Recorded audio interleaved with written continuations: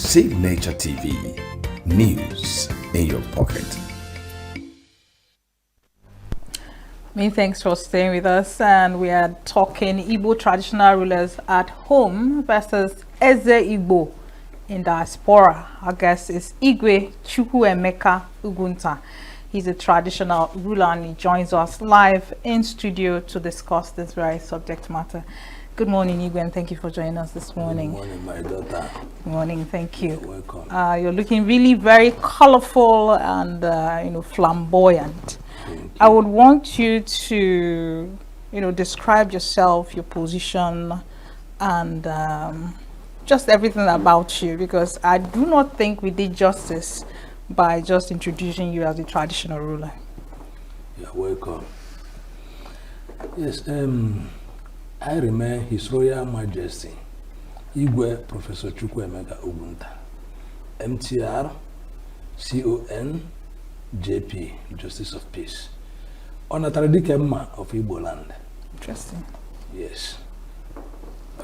I remain also the Ezediorama in the Enugu State, and there's a Chirugo one of Anaga Bajomo Bandono, Ancient Kingdom, in Ezago local government area, Enugu State.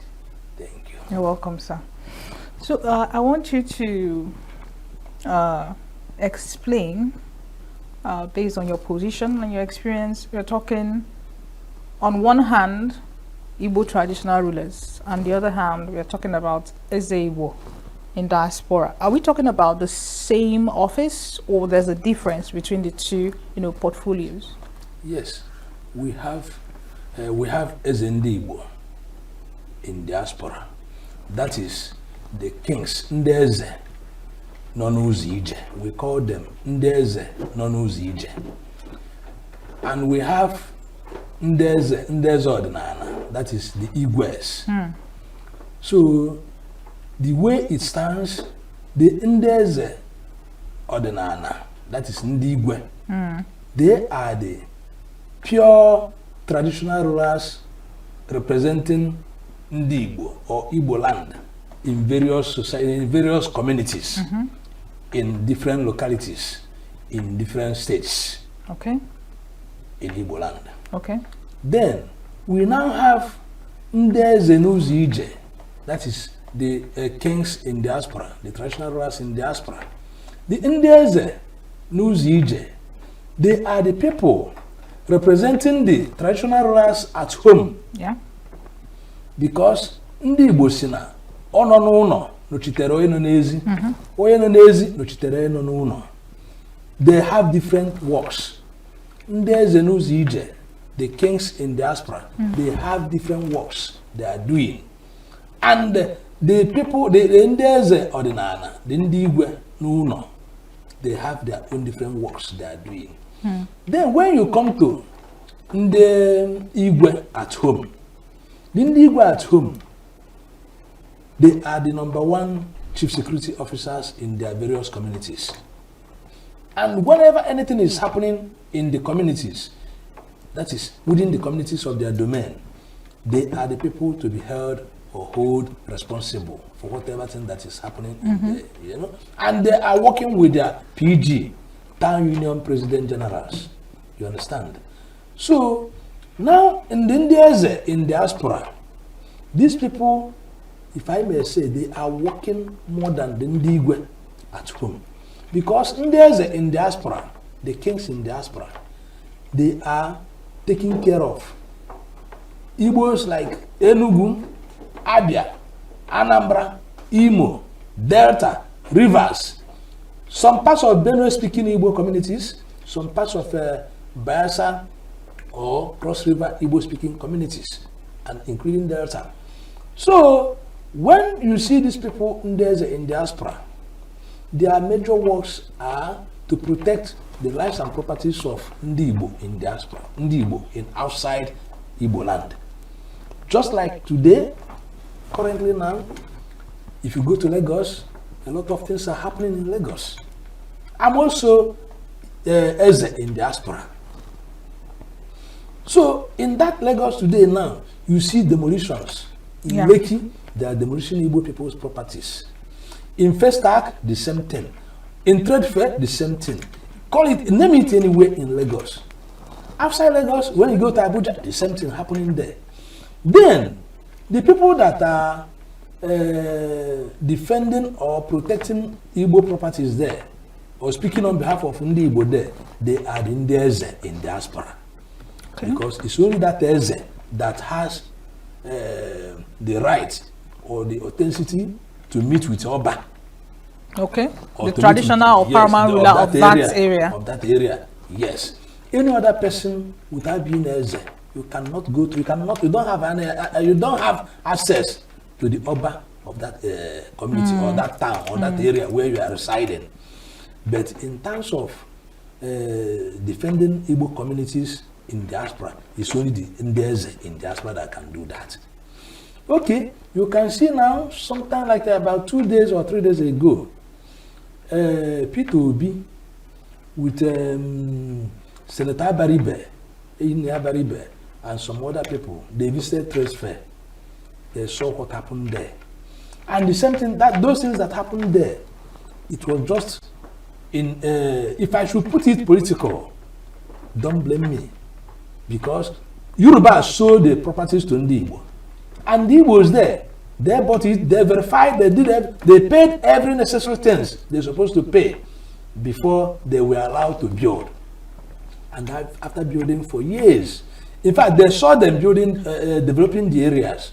But at a certain time, after they have finished building, they did not stop them when they were building. They did not stop them when they were laying foundations. But after building, for some time, they will now come up, mount their bulldozers, and demolish their properties. Only Igbo people's properties. So they don't go, because when you go to the other side of Trade Fair, you will see Yoruba properties here and there. Nobody penetrated those areas.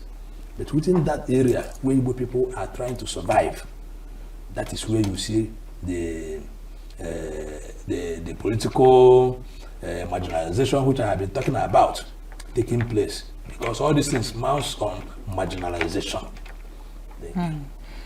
Well, talking about political marginalization, shouldn't it be, and this is a little bit, aside our main conversation, but I actually want you to speak to it. So talking about political marginalization, isn't it high time Igbos, Igwes, and Ezendi Igbos begin to preach the message of Akuleuno? Shouldn't we start thinking about bringing our wealth and developing our space if there is indeed this marginalization politically? Very beautiful, my daughter. You see, now, by His grace, I am the grand patron of Ndeze in diaspora worldwide. Then, we have been discussing about this issue of political marginalizations, which is happening today. You see, the present president, the current president of the Federal Republic of Nigeria, President Bola Ahmed Tinubu, is my good friend. But the tenor he's running now is tenor of Ndi Igbo. But for the fact that now, we the Igbos, we fail to understand ourselves. We fail to come together. But since I took over this mantle of leadership as the grand patron of Ndeze in diaspora worldwide, I vowed that I will bring Igbos together. And currently now, I am bringing all the Ndeze worldwide. I am bringing them under one umbrella called Incorporated Association of Ezendi Igbo in Diaspora. Then, currently now, we have also inaugurated National Peace Committee for restoration of peace among Igbos and Ndeze Ordinana and Ndeze Nuzije, including the host communities like Yorubas and Hausas. Okay, the same marginalization on political levels, you see, we have our brother, Peter Obi, whom I have been calling on people, let us give him maximum support to see if he can stand as our candidate to run for the presidential election. But at the same time, you see our governors, the 5 main state Igbo governors today, they campaign from their various political parties to APC to give support to the same Tinubu. Fine and good. Well, I'm a traditional ruler. I'm not a politician, but let us say the sincere. Let us be sincere. The Igbos, like the Hausas, they have their presidential candidate, Atiku. Nobody is opposing him. The Yorubas, they have their presidential candidate, being Bola Ahmed Tinubu. Nobody is disputing that. But in Igbo land, for now, we don't have any presidential candidates. Peter Obi we are talking about. Peter till now have not addressed Igbo. I'm here to say it on air. Peter by now is supposed to have come on air to address Igbo, to tell Igbo, I am with you people or I am not with you people. Then at the same time, when the Igbos are saying that they are being marginalized, for the fact that we don't have a staunch leader, someone like our late brother, His Excellency, former governor of Anambra State, Chief Chukwuemeka Eziife, when he was alive, this is the time he's supposed to be talking. This is exactly the type of battle he liked to engage himself with. Then Senator Andy Uba, later Senator Ifeanyi Uba, yes, this is the type of battle he also liked to engage himself with. But today, I shed tears because somebody like Peter Obi, who's supposed to have, after 2023 election, now 2027 is fast approaching, he's supposed to have come up to address Igbo communities. Then we know where we are going and where we are heading to. But outside that, you see Igbo scattered here and there. Then the outsiders will use us to play. Yorubas will use us to play. At the end of the day, they still come back to say Igbo where is it? Because Igbos, we fail to agree to come together and say, let this man lead us to the promised land. It's a major problem in Igbo land. But by his grace, we will succeed. We shall get there. Amen to that. I want you to speak more to the Association of Igbo in Diaspora Incorporated. What landmark achievements, have you recorded since inception or since inauguration? Good.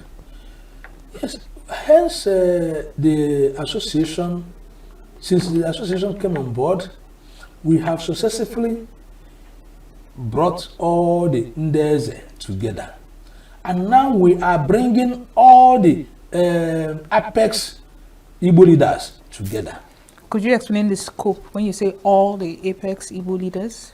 What I mean by all the Apex Igbo leaders, what I mean by that is that outside tradition, outside Ndeze, we have staunch Igbo leaders, like market leaders, top class political leaders, ex-governors, ex-senators, all those are our political thinker-pops.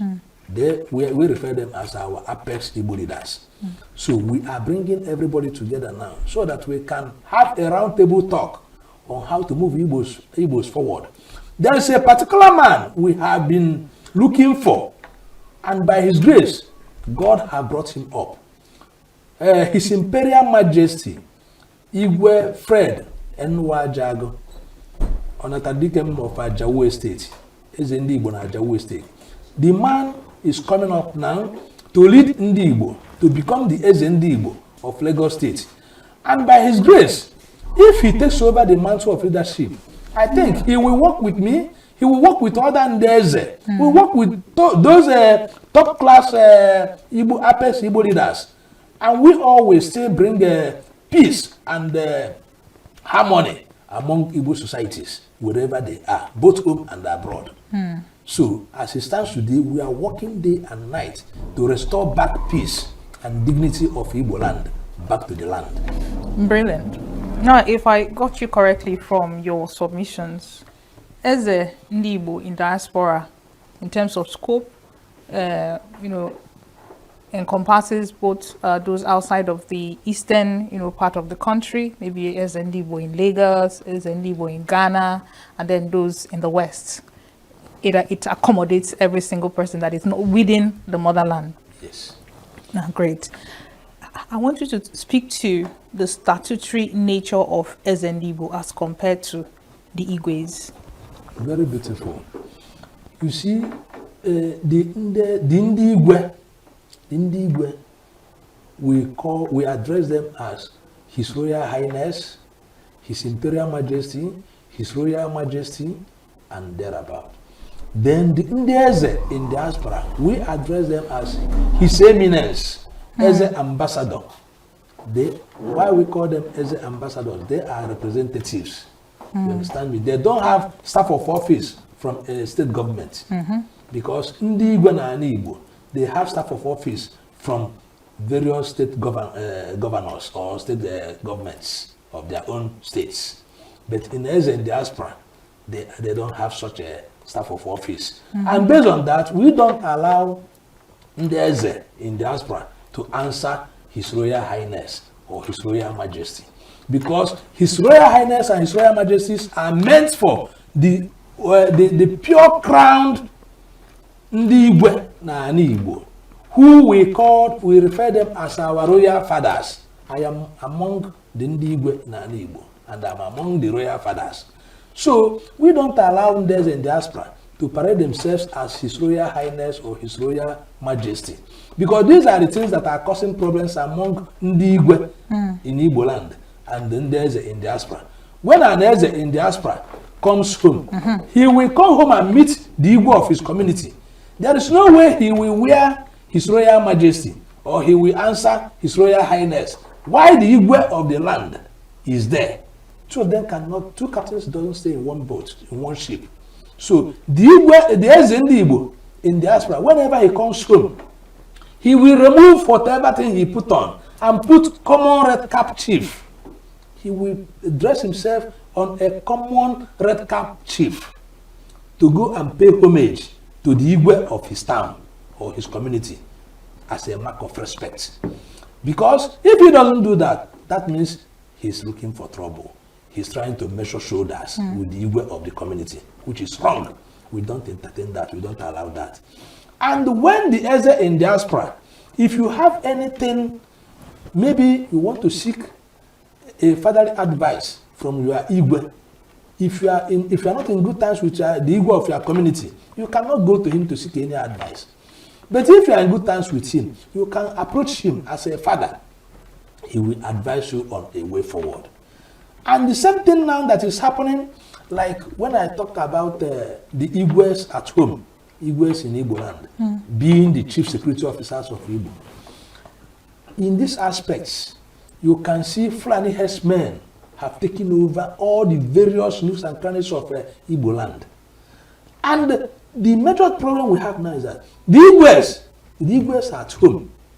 Many of them now are in America. Many of them are outside the Igbo land today because they have run away for their lives. Then when they come over, like we have there's Ndi Igbo in Boston, United States of America, he accommodated some Ndi Igbo.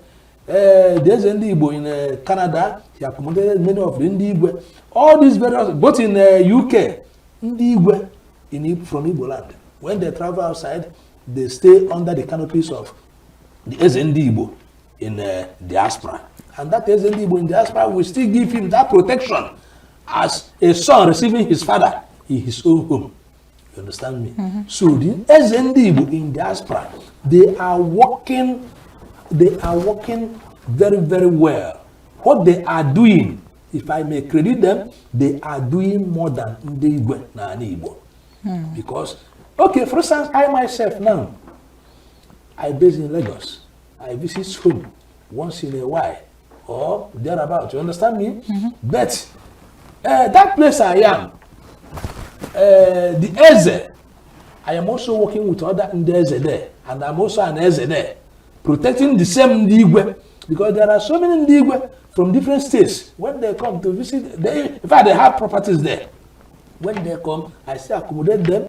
We still discuss on a way forward. How do we return back peace and security in our communities? Then what I want to beg our Igbo governors today, one particular thing I want to beg our Igbo governors today, is to equip our neighborhood watch security community men, because these neighborhood watch security community men, they don't have, many of them, they don't have torchlight, common torchlight. They don't have ammunition. They don't have bullets. The ones they have is not working effectively. They don't even have Okada, machine, motorcycle. Our governors, like in Yoruba, you see APC people, OPC people, they have hillocks. They have different powerful jeeps written in the body of the vehicles, OPC, stay away. They are being well equipped with arms and the other things. But here in Igbo land, our neighborhood watch security officers, they don't have anything. Some are going with ordinary den gun. How can you use a den gun to go and face a Fulani man with AK-47 or with machine gun? The Fulanis today, they are operating with heavy machine guns. So I am begging our governors, let them look into equipping our neighborhood security men. We need arms. Our neighborhood watch, they need arms. Police doesn't enter forest. It's the neighborhood watch that enters forest. When they have executed, they will hand over to police. It is only the neighborhood watch people that have, when they whistle or when you call on them, they will respond. They will respond immediately before the police will come. So I am begging our governors to look into that. Thank you. All right, Igwe, why do you think there's a huge disconnect between the traditional, leaders and the political class? Good. This is a very sensitive question. You see, our political leaders, they are disappointing the traditional rulers. A politician, normally, when he is seeking for power, you see him worshiping a traditional ruler. You see him, moving up and down, seeking for blessings of the traditional rulers. But the moment that blessing comes to effect, the politician will enter the office, take his portfolio. That is the end of his phone call or his visitation to that traditional ruler. And this thing now is affecting them. Politicians used to forget that politically you have only 4 years tenure in your office if you are not being impeached. But the traditional ruler of your community or your town or anywhere, he is there forever until God calls him. That means until he dies. That is the end of his service. So politicians should understand that we, the traditional rulers, we are the people interceding for the living and the dead. We pray with kola nuts, hot drinks, alligator peppers, and other things with our phone ogu to signify that yes, we are representing the living and the dead, the ancestors and the living. Then the same representative we are doing, the same thing we are doing, is the same thing, because when the politician is being sworn into power, unfortunately they don't swear them in with ofo, they don't swear them in with ogu, they swear them in with the Bible. But when they are coming to us for prayers, they will come with ram, kola nuts, and other things for we to pray. Because that thing we are using to pray, they also believe that yes, with this kola nuts, we can invoke the spirit of our ancestors. You understand me? So based on that, when they have taken the mantle of leadership, they will abandon the ancestors who worked day and night to put them into that position. And when they abandon them, at the end of the day, the spirit of our ancestors will still come back to revenge. And that is why you see some of them, when they get to the office, they will not allow you to have handshake with them again. They will not allow you to visit them again. Some will be appearing on screen, which is wrong. But when you are campaigning physically. But when you have taken over the office, you become invisible, which is wrong. So I still want to use this medium to advise our politicians to respect and recognize tradition and traditional rulers, because we are the goddess, we are the gods of the living and the dead. Thank you. Brilliant, Igwe. In your work as a traditional ruler, has there been situations where there were skirmishes of some sort between an Igwe and as a Igbo? Maybe someone trying to overstep his boundaries or not understanding authority. If there has been, could you share the incident and how it was resolved? Yes, this type of incidents usually occurs during political campaign, because during that political campaign, we the traditional rulers, we are not supposed to interfere or to get ourselves involved in politics. But sometimes, as I said, you see the politicians visiting you, seeking for your prayers, seeking for your spiritual support. Yes.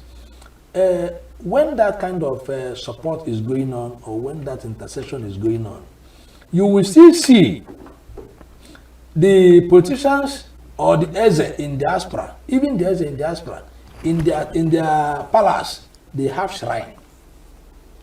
It's not a hidden thing. Shrine is a symbol of our ancestors. It's not an idol. Shrine is a temple where you invoke the spirit of the ancestors. So when you are doing this, remember that the politician will be making promises. I will do this for you. I will do this for my community. I will do this for my state. I will do that. At the end of the day, the moment the person gets into power, the allocation begins to flow. You see that allocation money, he will never use it to work for the community or work for the state or work for his people as he promised when he was seeking for power. Then, from there, you see people will begin to agitate. People will begin to say, it's no longer what you promised us that you are doing. That is where you see people, that disputes will start coming. Agitation will start coming. Fighting and other things will start coming. Harassments will start coming. But by the time you realize that you are going out of your promise, you are no longer taking care of your people, your conscience must tell you that you have deviated from the agreement, from the statement, from that onset agreement, from that onset promise you made to your people. So from there, problems will start occurring.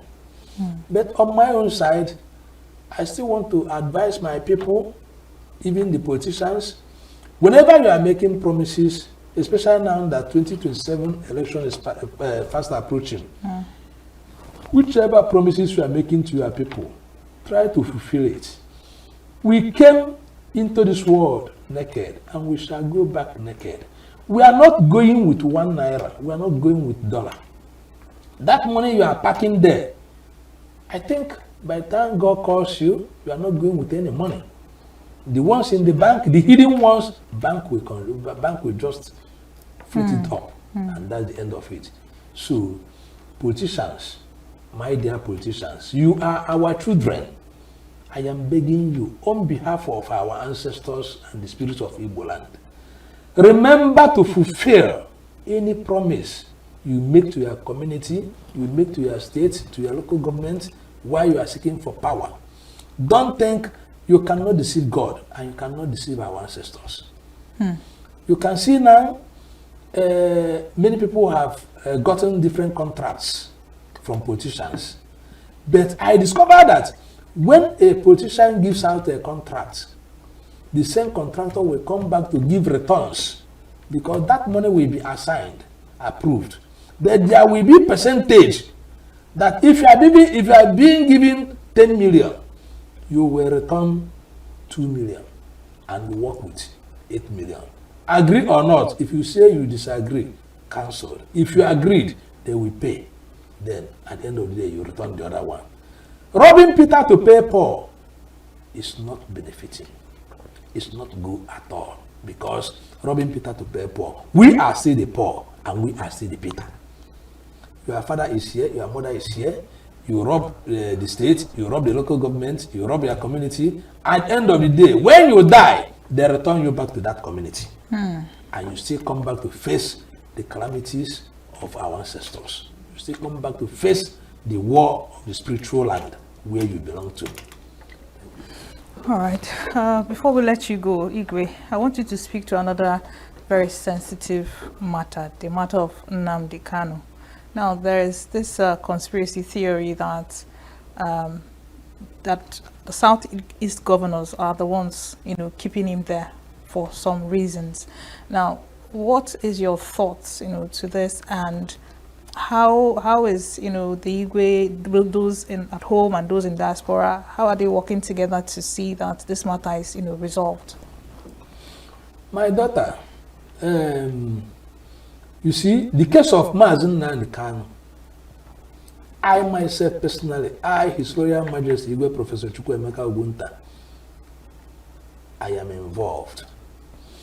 I have been working and connecting and contacting people, our personalities in Igbo land, to help us to release that man.